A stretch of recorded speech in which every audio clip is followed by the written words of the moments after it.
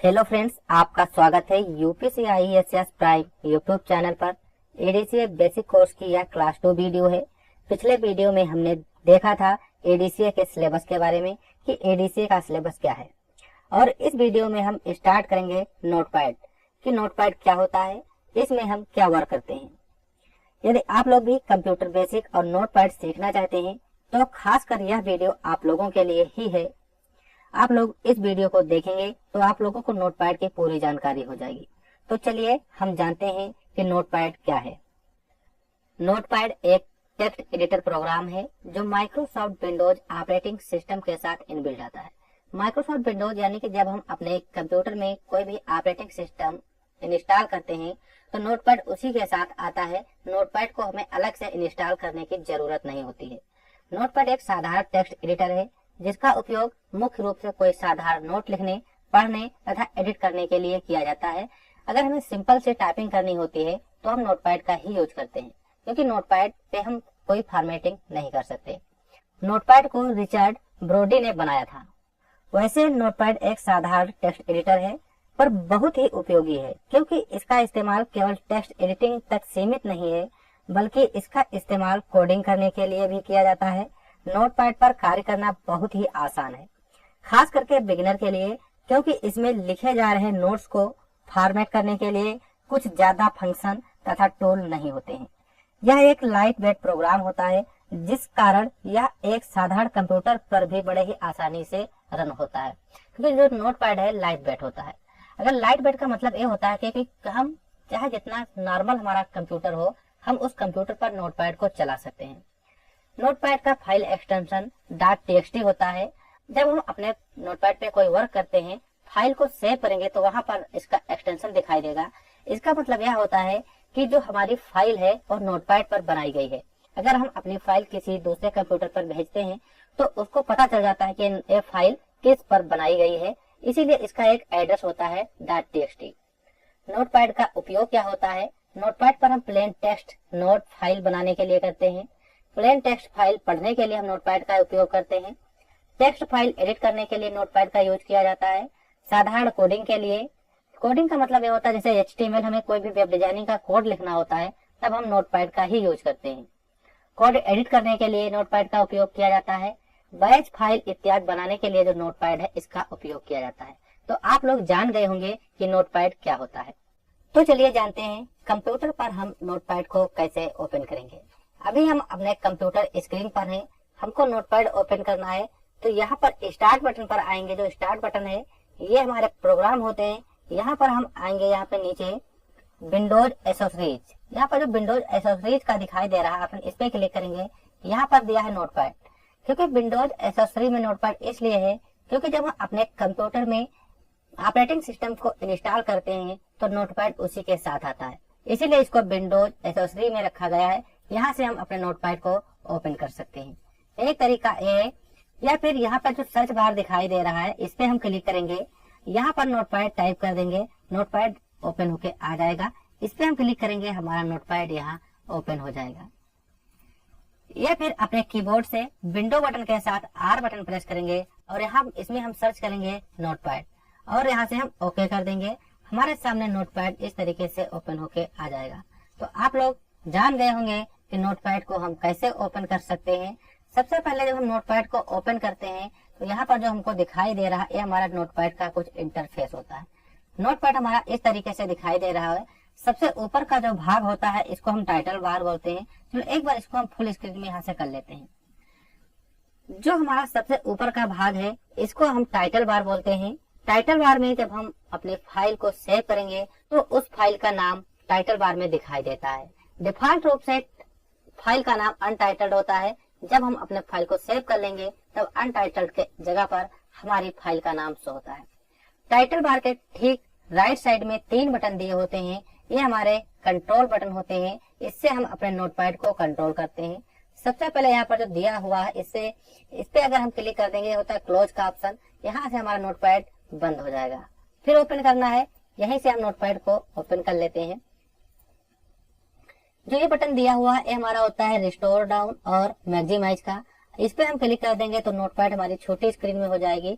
इसको हम जिधर चाहें यहाँ से टाइटल बार में लेफ्ट बटन दबाए रखेंगे और इसको जिस साइड में चाहें उस साइड में हम रख सकते हैं अपने नोटपैड के विंडो को।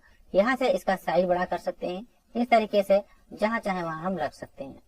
फिर ये मैक्सिमाइज का बटन है, इस पे क्लिक करेंगे तो नोटपैड हमारा फुल स्क्रीन में ओपन हो जाएगा।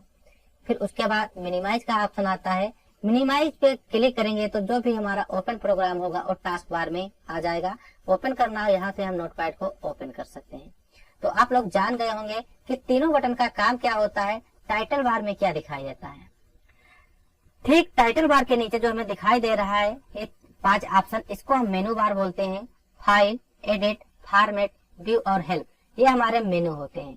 नोटपैड पर जब हम कोई भी वर्क करते हैं तो इन सभी मेनू की हमें जरूरत पड़ती है। अगर फाइल पर क्लिक करेंगे तो फाइल से रिलेटेड जो भी मेनू होते हैं यानी कि ऑप्शन होते हैं वो ओपन होके आ जाएंगे। एडिट में जाएंगे तो एडिट से रिलेटेड हमारे ऑप्शन आ जाते हैं। इसी तरीके से फॉर्मेट, व्यू और हेल्प के हमारे ऑप्शन आ जाते हैं।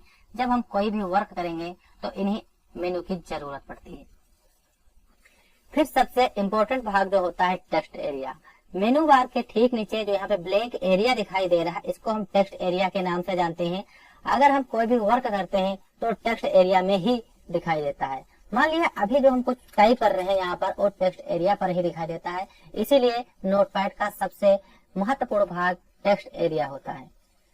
फिर उसके बाद हमारा आएगा स्टेटस बार। जो यहाँ पर टेक्स्ट एरिया है, जो सबसे टेक्स्ट एरिया के सबसे नीचे एक पट्टी दिखाई दे रही है यहाँ पर, जिसमें यहाँ पे हम अपने कर्सर की स्थिति को जान सकते हैं, विंडोज, यूटीएफ और परसेंटेज जान सकते हैं। इस तरीके से जो स्टेटस बार में नोटिफिकेशन शो होती है इसको हम हाइड और अनहाइड भी कर सकते हैं। हाइड और अनहाइड करने के लिए हम व्यू में जाएंगे, यहाँ पर स्टेटस बार पे टिक लगा है, यहाँ से हम टिक हटा देंगे तो स्टेटस बार हमारा हाइड हो जाएगा। स्टेटस बार को दिखाना है तो व्यू पे आएंगे, स्टेटस बार पे क्लिक कर देंगे, यहाँ से हमारा स्टेटस बार ओपन हो जाएगा। तो आप लोग जान गए होंगे नोटपैड के बारे में कि नोटपैड में टाइटल बार, मेनू बार, कंट्रोल बटन और स्टेटस बार क्या होता है तथा टेक्स्ट एरिया में हम क्या करते हैं। अब हम आप लोगों को बताएंगे कि इस पे हम जब टाइपिंग करते हैं तो हमें जो भी टाइपिंग करना हो इस तरीके से हम टाइपिंग कर लेंगे। मान लिया अभी हमको यहाँ पे स्पेस देना है तो जो कीबोर्ड से स्पेस बटन होती है उसको प्रेस कर देंगे तो हम हल्का स्पेस दे देंगे।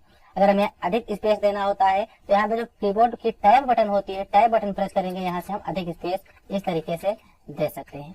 जो भी टाइप करेंगे इस तरीके से स्पेस दे सकते हैं। अगर हमें नई लाइन से लिखना है तो हम इंटर बटन प्रेस कर देंगे, यहाँ से हम नई लाइन से लिख सकते हैं। फिर इंटर कर देंगे, यहाँ से नई लाइन से हम लिख सकते हैं।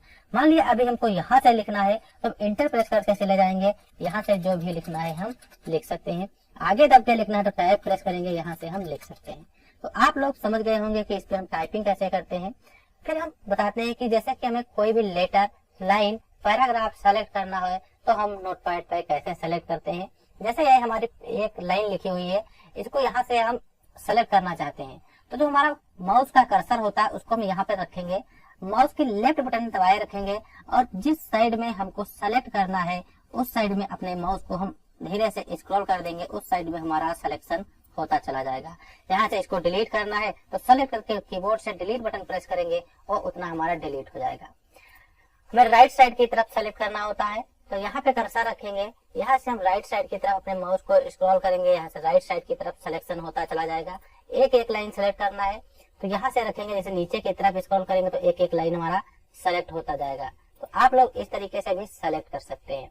मान लिया हमको एक एक वर्ड सेलेक्ट करना है, माउस से एक एक वर्ड भी सेलेक्ट कर सकते हैं, लेकिन इसमें हमको अधिक समय लगता है। अगर माउस हम सही से नहीं चला पाते हैं तो इसमें हमें अधिक समय लगता है। जहां से हमको एक एक वर्ड सेलेक्ट करना है वहां पे हम अपना कर्सर रखेंगे। मान लिया हमको यहाँ से एक एक वर्ड सेलेक्ट करना है लेफ्ट साइड की ओर, तो यहाँ पे अपना कर्सर रखेंगे, कीबोर्ड से शिफ्ट बटन और जो लेफ्ट एरो होती है उसको हम एक एक करके प्रेस करते रहेंगे तो हमारा एक एक वर्ड सेलेक्ट होता चला जाएगा। नीचे की तरफ एक एक लाइन सेलेक्ट करनी है, ठीक उसी तरीके से शिफ्ट बटन प्रेस रखेंगे और यहाँ पर डाउन एरो प्रेस करेंगे तो हमारा एक एक वर्ड सेलेक्ट हो जाएगा। तो आप लोग समझ गए होंगे कि नोटपैड क्या होता है, नोटपैड में टाइटल बार, इनका यूज क्या होता है, नोटपैड पर हम टाइपिंग कैसे करते हैं, नोटपैड पर सिलेक्शन कैसे करते हैं, ये सभी बेसिक जानकारी। तो अब हम अगले वीडियो में जानेंगे नोटपैड का जो फाइल मेनू ऑप्शन दिया हुआ है, फाइल मेनू के बारे में, एडिट मेनू के बारे में कि इनका वर्क कैसे होता है, इनका यूज कैसे किया जाता है। यदि आप लोग भी एडीसीए कोर्स बिल्कुल शुरू से सीखना चाहते हैं और नोटपैड भी सीखना चाहते हैं तो आप लोग हमारे एडीसीए के सीरीज को ज्वाइन कीजिए और उसके लिए आप लोग हमारे चैनल को सब्सक्राइब कीजिए, क्योंकि हम अपने चैनल पर आप लोगों को कंप्यूटर बिल्कुल शुरू से सिखा रहे हैं। और ये सिलेबस कंप्लीट होने के बाद आप लोगों को सर्टिफिकेट भी दिया जाएगा। आप इस सर्टिफिकेट का यूज ऑल इंडिया में कहीं पर भी कर सकते हैं। हमें उम्मीद है कि आप लोगों को यह वीडियो पसंद आया होगा। फिर भी किसी प्रकार की कोई कंफ्यूजन रह गई हो तो आप कमेंट के माध्यम से पूछ सकते हैं। यह वीडियो आप लोगों को कैसा लगा, इसकी प्रतिक्रिया आप कमेंट के माध्यम से जरूर दें। अगर आपको यह वीडियो पसंद आया हो तो आप अपने फ्रेंड सर्किल में अधिक से अधिक शेयर कीजिए, ताकि जो हमारा वीडियो है उन लोगों के लिए भी हेल्प हो सके। अगर वह लोग भी कंप्यूटर सीखना चाहते हैं और एडीसीए कोर्स का सर्टिफिकेट प्राप्त करना चाहते हैं तो वह लोगों के लिए यह वीडियो इम्पोर्टेंट है। तो हम मिलते हैं अगले वीडियो में। वीडियो देखने के लिए आप लोगों का बहुत बहुत धन्यवाद। Thanks for this watching video.